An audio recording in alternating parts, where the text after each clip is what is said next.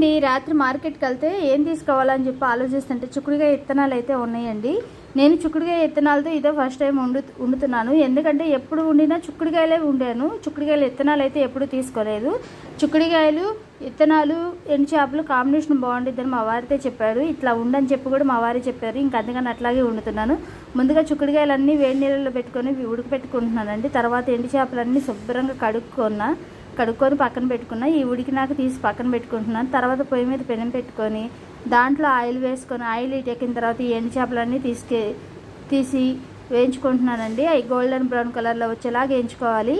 కానీ అంత క్రిస్పీగా కాకుండా కొంచెం మెత్తగా వేయించుకుంటే సరిపోతుంది. కూరలో ఉడకడానికి కరెక్ట్గా ఉండిద్ది.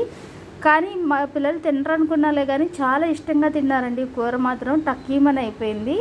ఇక తర్వాత అదే ప్యాన్లో ఉల్లిపాయలు పచ్చిమిరకాయలు కూడా వేసుకుంటున్నాను. అవి కూడా వేపుకుంటున్నాను. అవి కూడా గోల్డెన్ బ్రౌన్ కలర్లో వచ్చేటట్టు వేపుకుంటున్నాను.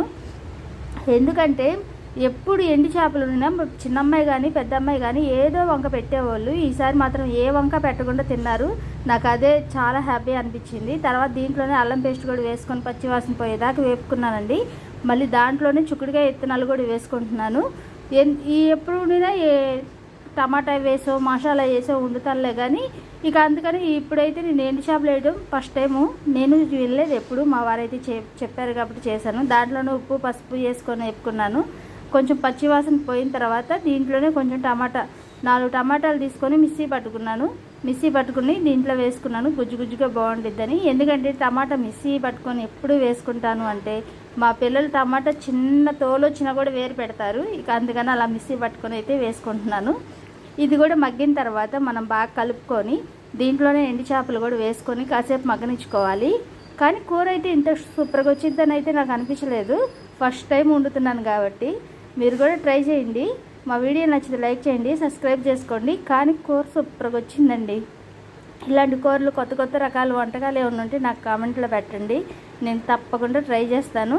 అవి కూడా ఎండు చేపలు వేసుకున్న తర్వాత కాసేపు మూత పెట్టుకున్నాను. మూత పెట్టుకుని మగ్గించుకున్న తర్వాత ధనియాల పొడి, కారం, గరం మసాలా వేసుకొని బాగా కలుపుకొని 2 నిమిషాలు ఉంచుకొని దీంట్లోనే కసూరి మెంతి కూడా వేసుకున్నాను. మా వారికి అయితే కూర అయితే చాలా బాగా నచ్చింది. మీరు కూడా ట్రై చేయండి. కంపల్సరీగా మా వీడియో అయితే నచ్చితే లైక్ చేయండి, సబ్స్క్రైబ్ చేసుకోండి. చాలా టేస్ట్గా ఉంది కూర అయితే. ఇంకా ఎలాంటి వంటకాలైనా నేను కొత్త వెరైటీస్ పెట్టాలంటే నాకు ఒక కామెంట్ పెట్టండి. మా వీడియో నచ్చితే మాత్రం లైక్ చేయండి. బాయ్.